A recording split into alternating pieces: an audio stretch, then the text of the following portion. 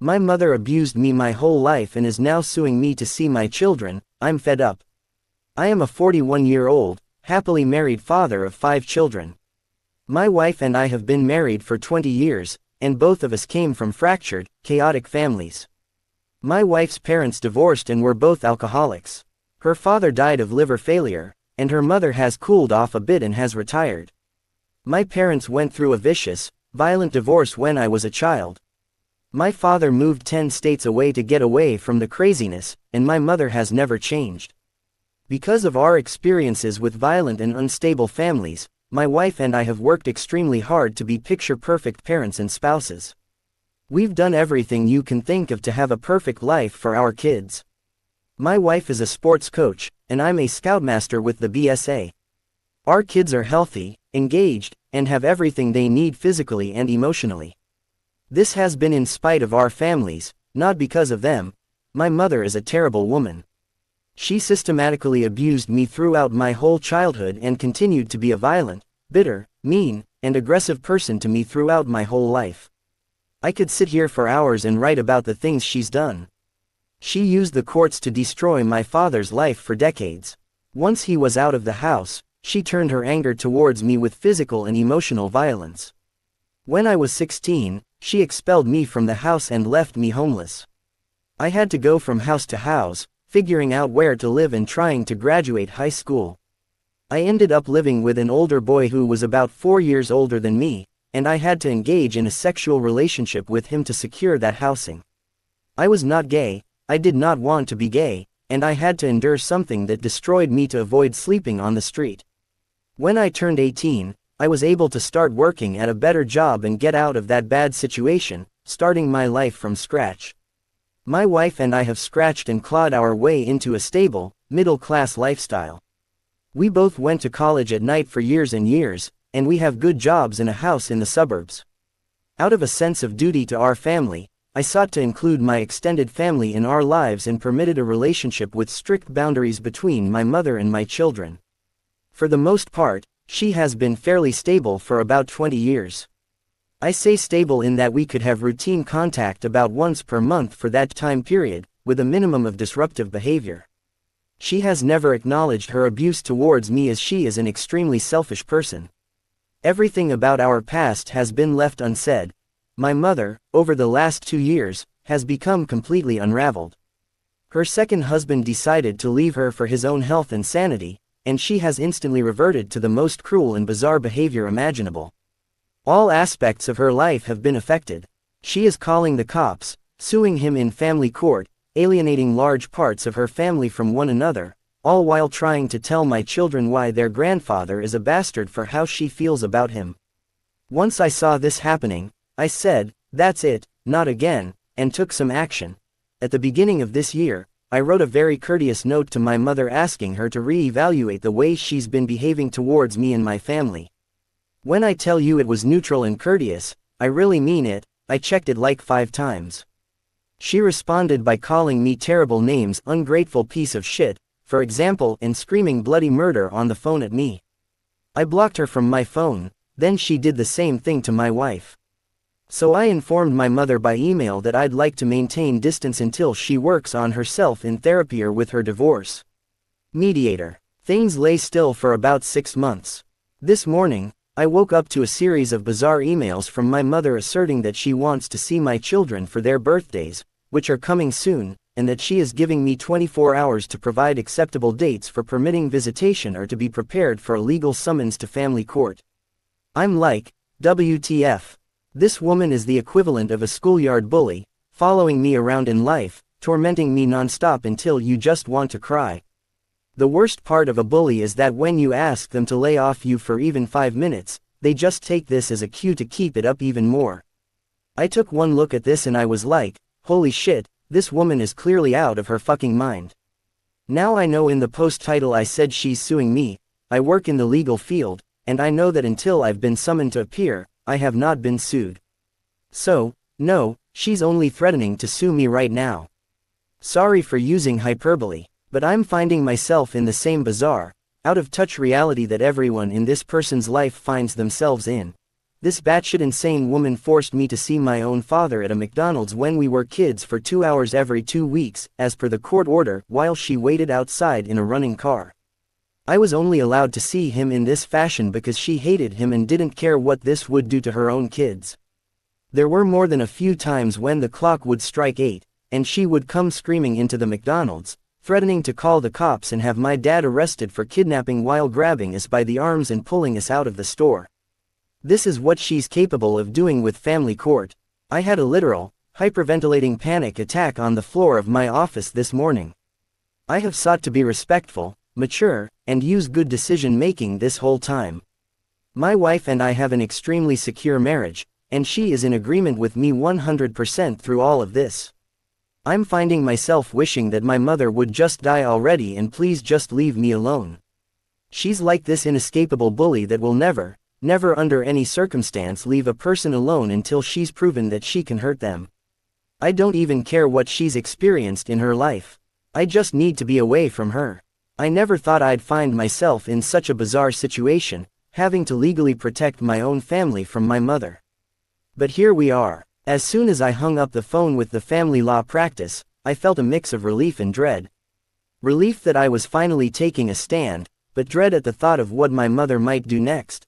The lawyer I spoke with was empathetic and seemed to understand the gravity of my situation immediately. She assured me that we had a strong case for limiting my mother's access to my children, given her history of abuse and current unstable behavior. She explained the steps we would take, starting with a formal demand letter, and then, if necessary, seeking a restraining order. I spent the rest of the day gathering evidence, old emails, messages, anything that showed my mother's erratic and abusive behavior. My wife helped me, her presence a comforting reminder that we were in this together. We both knew this was going to be a tough battle, but for the sake of our children, it was one we had to fight. That evening, we sat down with our kids. We didn't want to alarm them, but we felt they needed to understand why their grandmother wouldn't be visiting anymore. We explained that sometimes people, even family, could be harmful and that it was our job to protect them.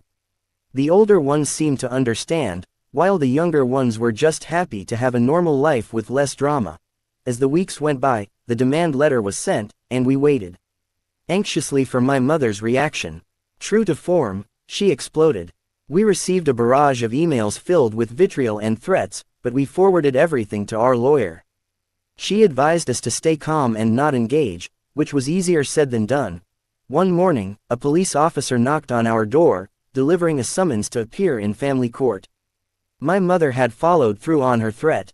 The sight of that document sent me into another spiral of anxiety, but my wife held me together. "We'll get through this," she said, her voice steady. "We've come this far, and we're not backing down now." The court date loomed over us like a dark cloud. We prepared meticulously, working with our lawyer to ensure every piece of evidence was ready.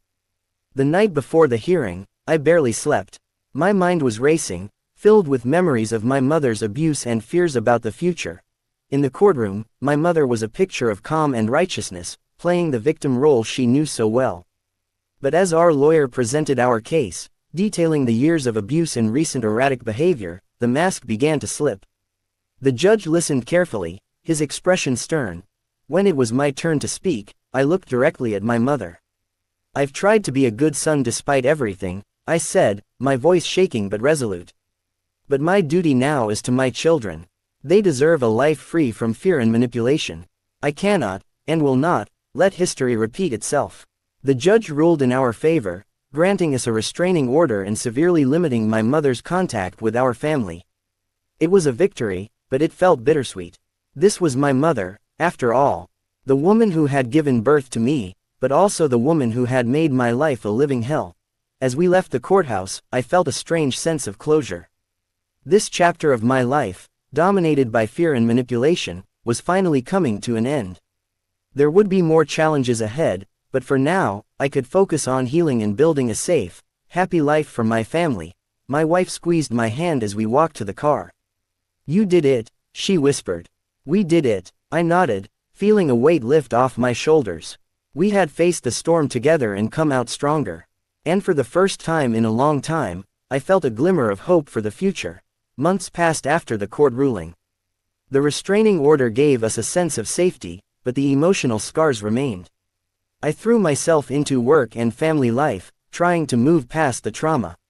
My wife was my rock, always there with a reassuring word or a comforting embrace, but the strain of the ordeal took its toll. I started experiencing intense anxiety and frequent panic attacks. Nightmares haunted my sleep, and the smallest things would trigger memories of my mother's abuse. I tried therapy, but the sessions only seemed to dredge up more pain. One evening, while my wife was out coaching and the kids were at a friend's house, I sat alone in the living room, staring blankly at the TV. The silence was deafening, amplifying the thoughts I couldn't escape. I felt an overwhelming sense of hopelessness. The relief I had felt after the court victory was fading, replaced by a profound sadness that I couldn't shake. I reached for my phone and found myself scrolling through old photos, memories of my childhood that told a story of pain and survival. The weight of it all felt unbearable. My mother's face stared back at me from the screen, a reminder of everything I had endured. In a moment of desperation, I called my father, the man who had escaped the chaos all those years ago. He answered on the second ring, his voice filled with concern. "What's wrong, son?" "I don't know how much more of this I can take," I admitted, my voice breaking. "I thought I could handle it, but it's just too much." He listened quietly as I poured out my heart, sharing my deepest fears and regrets. He offered words of comfort, but it felt like putting a bandage on a gaping wound. After the call, I felt a brief sense of calm, but it was fleeting. Days turned into weeks, and I continued to struggle. My work performance declined, and my relationship with my wife became strained. She tried to understand, but the distance between us grew. Our once solid marriage began to crack under the pressure. One rainy afternoon, I found myself standing at the edge of a bridge, looking down at the rushing water below. The thought of ending the pain was seductively simple. But then, I thought of my children, their faces full of innocence and love. They didn't deserve to lose their father to the same darkness that had plagued my life. I stepped back from the edge, shaking with the realization of how close I had come. I knew I needed help beyond what I could manage alone. I checked myself into a mental health facility, hoping that intensive treatment could provide the respite I desperately needed. In the weeks that followed, I focused on healing. Therapy sessions were grueling, but slowly, I began to unpack the layers of trauma. My wife visited me every day, her unwavering support a lifeline. But the damage to our relationship was evident, and I feared it might be beyond repair. After several months, I was discharged. I returned home to a family that had learned to function without me, a reality that stung deeply. My wife and I sat down for a long, painful conversation. We both knew that our marriage was hanging by a thread. Despite our best efforts, the wounds from my past had seeped into every part of our lives. "We need to separate," she said gently, tears in her eyes. "For our sake and the kids. Maybe some distance will help us find our way back to each other." I nodded, unable to speak. The thought of losing my family was devastating, but I knew she was right. We needed space to heal individually before we could ever hope to rebuild our life together. I moved into a small apartment nearby, close enough to be there for my children but far enough to give us all room to breathe.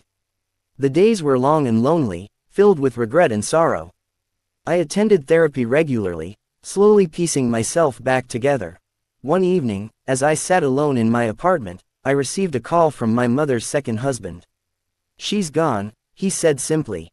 "Your mother passed away this afternoon." A mix of emotions washed over me, relief, anger, and a deep, aching sadness.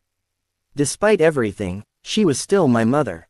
I had hoped for some form of reconciliation, an acknowledgement of the pain she had caused. But now, that possibility was gone forever. At the funeral, I stood alone, apart from the few family members who attended. My wife and children stayed away, respecting my need for closure but maintaining their distance. As I watched my mother's casket lowered into the ground, I felt a finality that was both liberating and heart-wrenching. Life moved on, but the scars remained. My wife and I continued to co-parent, finding a new rhythm that worked for our children. We remained friends, but the deep bond we once shared was a casualty of the battle I had fought. I focused on being the best father I could, determined to break the cycle of abuse and pain. My children were my anchor, their laughter and love a reminder of what was truly important. But the shadow of my past lingered, a constant companion in my journey towards healing. In the end, I found a measure of peace. It wasn't the happy ending I had hoped for, but it was enough. I had survived, and in doing so, I had given my children a chance at a better life. And that, I realized, was a victory worth fighting for. My husband cheated on me, and I don't know what to do. I don't know where to start with this story, but I guess I'll just start. My husband, 25, and I, 23, have been married for almost 3 years. We live together at my parents' house and have 2 cats. Our marriage was going fine. We both had educational and career goals we were working towards and had plans to buy a house together in the near future. He's leaving for the Air Force in October, and I was already mentally preparing to have a long-distance relationship for about a year while I finish up my junior year at university. This past weekend, we had a birthday party at his parents' house where many of his friends were invited. Being together for 3 years, I've gotten to know many of his friends and felt very comfortable with his friendship with his female coworkers. They're all lifeguards. Let me just say, he's never given me a reason to doubt him. This weekend changed everything. On Friday, the night of the party, as everyone was going home, he was being a good host and was waiting with people outside until their Uber arrived, or he would walk them to the car. His girlfriend, let's call her V, had called an Uber, and while they were waiting, they made out. He didn't tell me anything about this, and that night we went to bed like nothing had happened.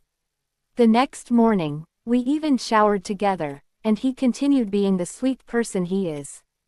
We cleaned up after the party, had breakfast with his parents, and got ready to go to a brewery with a group of friends who also happened to attend the party.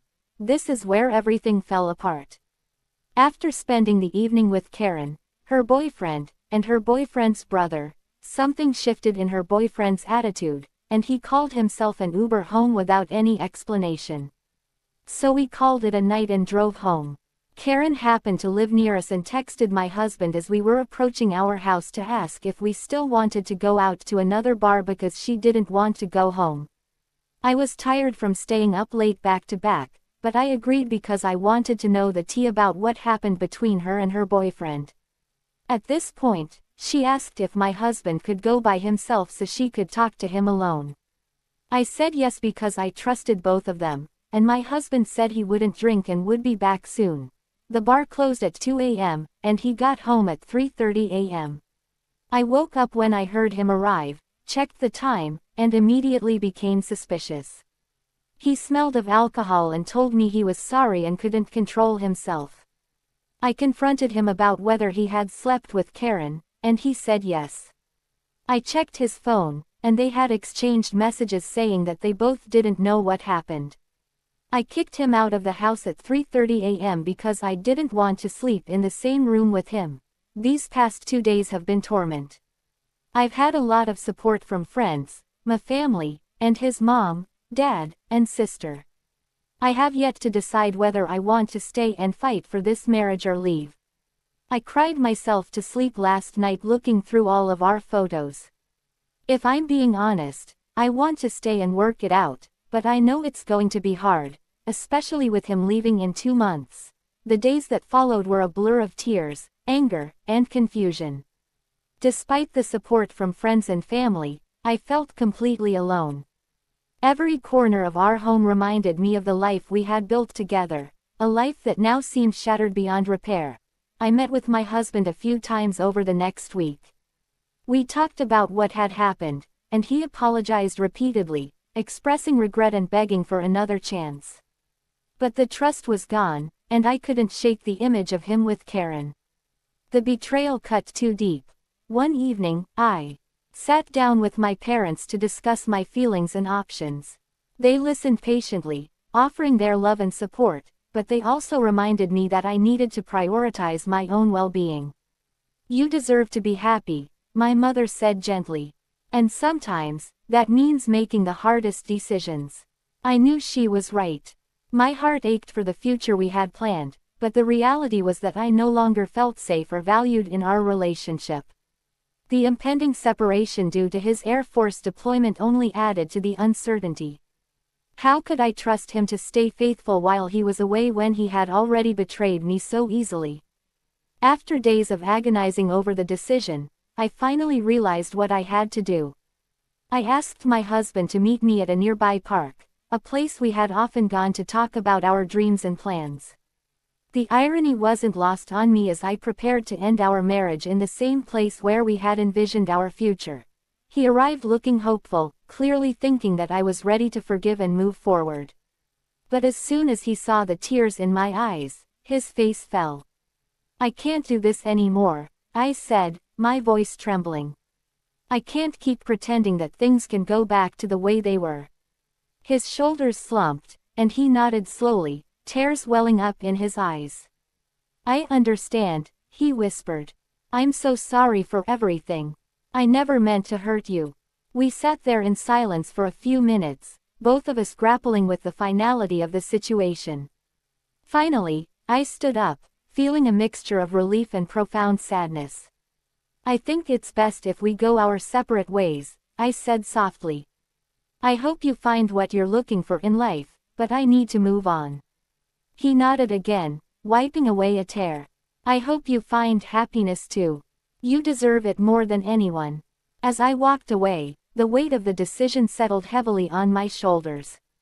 I knew it was the right thing to do, but that didn't make it any less painful.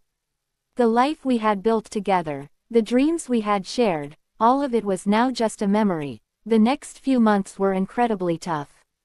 I focused on my studies, trying to distract myself from the heartbreak. Friends and family continued to support me, but there were nights when the loneliness was overwhelming. I missed him, despite everything, and it took all my strength to keep moving forward. Eventually, I moved out of my parents' house and found a small apartment of my own. It was a fresh start, but also a constant reminder of the life I had left behind. The cats came with me, a comforting presence in my otherwise empty home. My husband left for the Air Force as planned. We spoke a few times, mostly to finalize the details of our separation. He seemed to be doing well, throwing himself into his new life. I wished him the best, but deep down, the hurt lingered. Years later, I still think about what could have been. The pain has faded, but the scars remain. I've learned to be more cautious, to guard my heart more carefully. Trust, once broken, is hard to rebuild. In the end, life goes on. I've found new dreams and new hopes, but the shadow of my past lingers. It's a sad ending, but it's also a testament to resilience. Despite the heartbreak, I've managed to find my own way, piece by piece, day by day.